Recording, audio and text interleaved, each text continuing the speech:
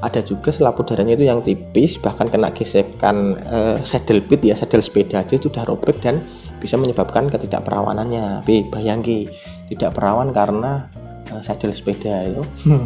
Seseorang yang melakukan senggama terputus atau menarik mispi sebelum ejakulasi itu juga bisa menyebabkan kehamilan. Kenapa? Karena mulut Mr. P kalian itu ternyata sudah mengandung sperma dan itu bisa menyebabkan kehamilan kalau memang jalannya ke mulut rahim itu lancar. Halo konco-konco, gondeswan gondeswati, pemuda-pemudi, Andre Kumpung di sini, langsung aja.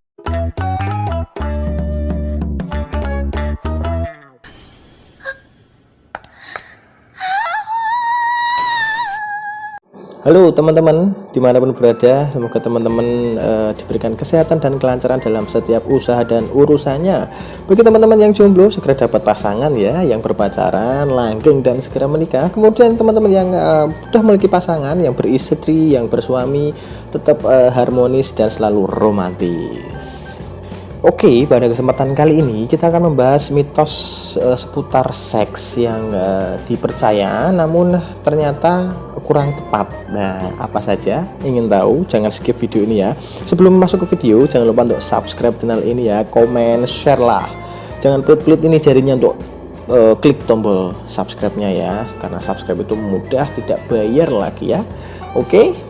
Mitos yang pertama itu adalah makan nanas bisa menggugurkan kandungan atau bisa menjadi media aborsi janin. Nah, ini mitos yang sudah banyak dipercaya oleh masyarakat di Indonesia ya, khususnya untuk para anak-anak muda yang melakukan hubungan terlarang sebelum menikah ya. Sudah terlanjur kebrosot ya, wis kebrosot terlanjur meteng terus akhirnya makan nanas, katanya bisa menjadi media untuk aborsi atau menggugurkan kandungan. Nah, ini kurang tepat ya teman-teman ya. Faktanya nanas ini terbilang aman untuk dikonsumsi ya, selama dikonsumsinya ini tidak berlebihan. Mungkin tidak nanas aja ya, semua makanan kalau kita konsumsi secara berlebihan itu akan mengganggu pencernaan kita.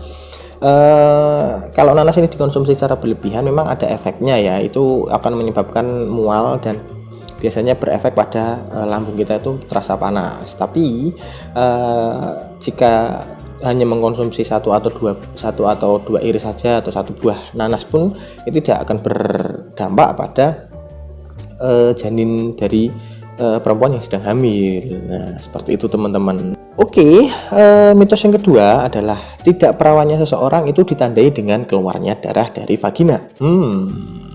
Apakah benar seperti itu? Ya, faktanya teman-teman ya, selaput darah adalah bagian kulit yang tipis pada vagina. Nah, ini dapat meregang dan sobek itu karena banyak hal, bukan hanya karena penetrasi dari Mr. P ke dalam vagina, tapi karena banyak hal. Ada juga selaput darah dari perempuan ini yang sifatnya elastis dan agak kuat. Jadi biarpun sudah dilakukan penetrasi, ini belum tentu sobek langsung pada saat itu juga. Ada juga selaput darahnya itu yang tipis, bahkan kena gesekan saddle bit ya, saddle sepeda aja itu udah robek dan bisa menyebabkan ketidakperawanannya. Bayangki, tidak perawan karena saddle sepeda itu.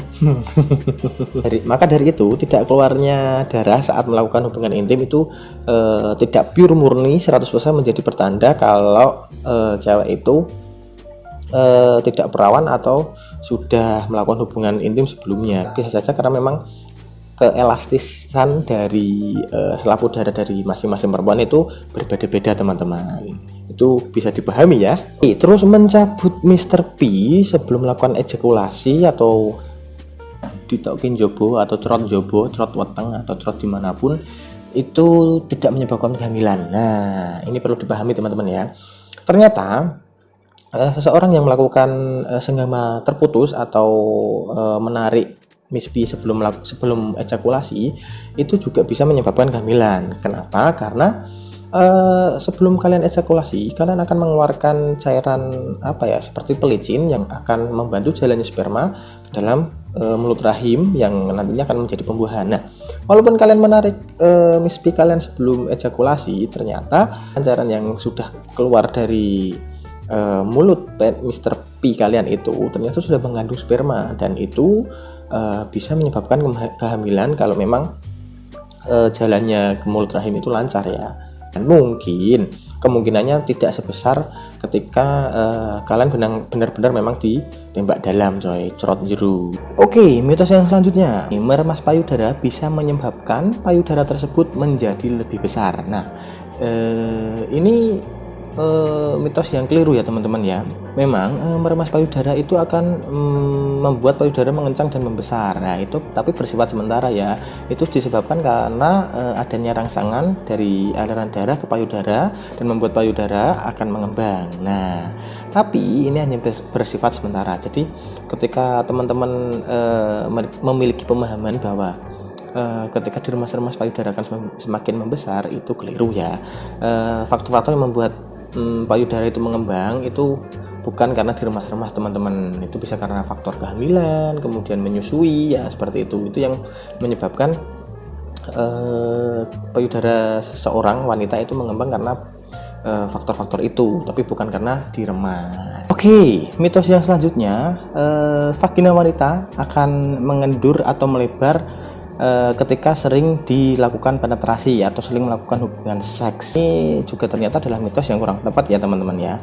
Faktanya sering melakukan hubungan seks tidak akan menyebabkan otot vagina menjadi kendur atau semakin melebar ya. Faktor-faktor yang mempengaruhi kendurnya otot-otot vagina itu bukan karena sering melakukan hubungan seks atau mendapat penetrasi dari Mr. P, tapi karena memang faktor pertama adalah usia ya terutama. Jadi semakin usia seseorang itu semakin bertambah, maka elastisitas dari otot dari vagina itu yang akan mulai melemah seperti itu. Sama seperti kulit ya. Jadi semakin tua kita akan semakin mengendur seperti itu juga vagina tersebut. Jadi sering melakukan aktivitas seks itu akan menyebabkan vagina kendur atau istilahnya lower atau melebar itu kurang tepat ya teman-teman ya. Faktor-faktor yang menyebabkan otot vagina mengendur atau istilahnya lower atau wes ombo itu bukan karena terlalu sering melakukan hubungan seks atau sudah pernah melakukan hubungan seks, tapi faktor yang menyebabkannya itu adalah karena sudah pernah melahirkan atau banyak anak, terus kemudian karena usia, dan misalnya dia punya penyakit obesitas itu teman-teman.